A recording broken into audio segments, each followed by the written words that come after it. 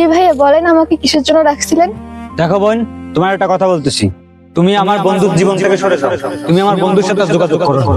কিছু নাম নেই আর চুপ করে থাকা কেন ভাইয়া, কি হয়েছে? দেখো, এত কিছু বলতে পারবো না, কেন কথার কোনো উত্তর নেই। তোমাকে যা বলছি তুমি তাই করবা। ফার্দার যেন আমার বন্ধুর সাথে কোনো যোগাযোগ করা হয় না। তোমার মুখ মনে পড়ে যায়, ভাঙা সেই সুখ, কত কথা ছিল বাকি, শোনো, কত রাত আরে গেল তুমি এত তাড়াতাড়ি আসতে বললো, কি হয়েছে? কোনো সমস্যা? হ্যাঁ সমস্যাই। শোনো, আজকে থেকে তোমার সাথে আমার আর কোনো সম্পর্ক নাই, তুমি আমার সাথে আর যোগাযোগ করবে না। ফিরে আরে তুমি এসব কি বলছো? সম্পর্ক রাখবো না মানে? আমি কি করছি তোমার সাথে? আমি না তোমাকে অনেক ভালোবাসি। তুমি যে আমাকে কেমন ভালোবাসো সেটা তোমার বন্ধু কালকে আমাকে বলছে। তোমার বন্ধু আমাকে কালকে ফোন দিয়ে ডেকে নিয়ে গিয়ে থ্রেট দেয়, বলছে যে তোমার সাথে সম্পর্ক না রাখতে। তোমার সাথে সম্পর্ক করি আমি, তোমার বন্ধুর এখানে কি? তোমার বন্ধু কেন আমাকে ডেকে নিয়ে কিভাবে থ্রেট করে? তোমার বন্ধুর এত বড় সাহস কিভাবে হয়? আমিও তো এটা বুঝতে পারছি না যে ওর এত বড় সাহস কিভাবে হয় যে ও তোমাকে ডেকে নিয়ে যে তোমাকেই থ্রেট দেয় যে আমাকে ছেড়ে দিতে। না, আজকের একটা বিষয় স্তনস্ত করেই ছাড়বো আমি। চলো। কাছের মতো বন্ধু, তাহলে চল বাসার দিক যাই। চল। বুক, তোমার নাম ছুলে লুকিয়ে যায় তোর এত বড় সাহস, তুই আমার গার্লফ্রেন্ডকে যে বলিস যে আমাকেই ছেড়ে দিতে?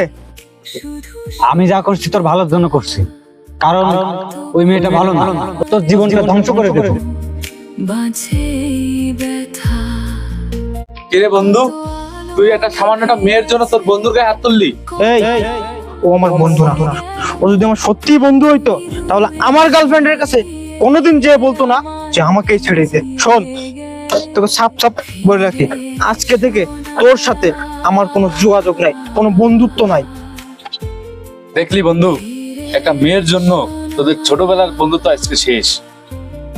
আসলে ওর কোনো দোষ নাই, এই ভেজা ও মেয়েদের নেশায় পড়ে ও এমন হয়ে গেছে। হ্যাঁ, ওর তো কোনো দোষ নেই, দোষ তো তোরই, কারণ তুই আর ভালো চাইছো। থাক, মন খারাপ করিস না, চল। নাম ফিরে শোনায়া বন্ধু, রান যে মেয়েটার জন্য তোর গায়ে হাত তুলছিল না, সেই মেয়েটার সাথে তোর ব্রেকআপ হয়ে গেছে। কি বলিস? ওর সাথে তোর ব্রেকআপ হয়ে গেছে? আচ্ছা চল আমরা ওর কাছে যাই। তোর কি মাথা ঠিক আছে যে তোর গায়ে হাত তুলছে তুই তার কাছে যাবি? আচ্ছা তুললে তুলছে, সমস্যা কি? ও তো আমাদেরই বন্ধু, তাই না? তুই আর কথা বলিস না, চল তো। হায় হায় হায়।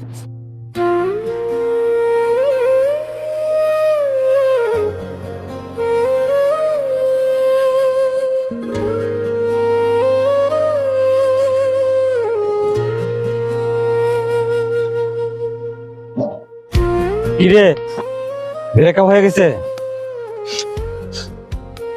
কাটা গায়ে নুনের ছিটা দিতে আইছস? না, নুনের ছিটা দিতে আসি নাই। কারণ যদি নুনের ছিটাই দিতে আসতাম তাহলে তোর কাছে আসতাম না, আমরা ওইখানে বসে বসে মজা নিতাম। কারণ আমি জানি ওই মেয়েটা আজ হোক কাল হোক তোকে ছেড়ে দেবে। কারণ তোকে তো তখনই বলছি ওই মেয়েটা ভালো না, তোর জীবনটা নষ্ট করে দেবে, কিন্তু তুই আমার কোনো কথা শুনলি না, তুই বরং আমার গায়ে হাত তুললি। আসলে একটা কথা কি জানিস বন্ধু, জন্ম মৃত্যু বিয়ে এটা হচ্ছে সম্পূর্ণ আল্লাহর হাতে। আল্লাহ যার কপালে যাকে লিখছে তাকে সেই পাবে। আর তোর কপালে যদি আল্লাহ ওই মেয়েকে না লেখে তাহলে তুই শত চেষ্টা করার পরও ওই মেয়েকে কখনো ধরে রাখতে পারবি না। আসলে প্রেম ভালোবাসা এমনই, ভালো কাউকে পেলে সে অন্যের ঘরের বউ হয়ে যায়।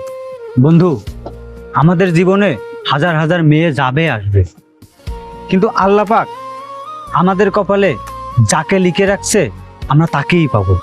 তার সাথে আমরা সারাটা জীবন কাটিয়ে দিতে পারবো, কিন্তু যাকে লিখে রাখে নাই তাকে কখনোই পাবো না। বন্ধু, আমারই ভুল হয়েছে আমার গার্লফ্রেন্ডের কথা বিশ্বাস করে।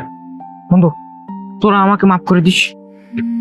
আরে চল, এখন আর মন খারাপ করিস না, কারণ আমরা পুরুষ মানুষ কখনো মন খারাপ করে না। আয়। ভেজা আকাশে আজ কিছু নাম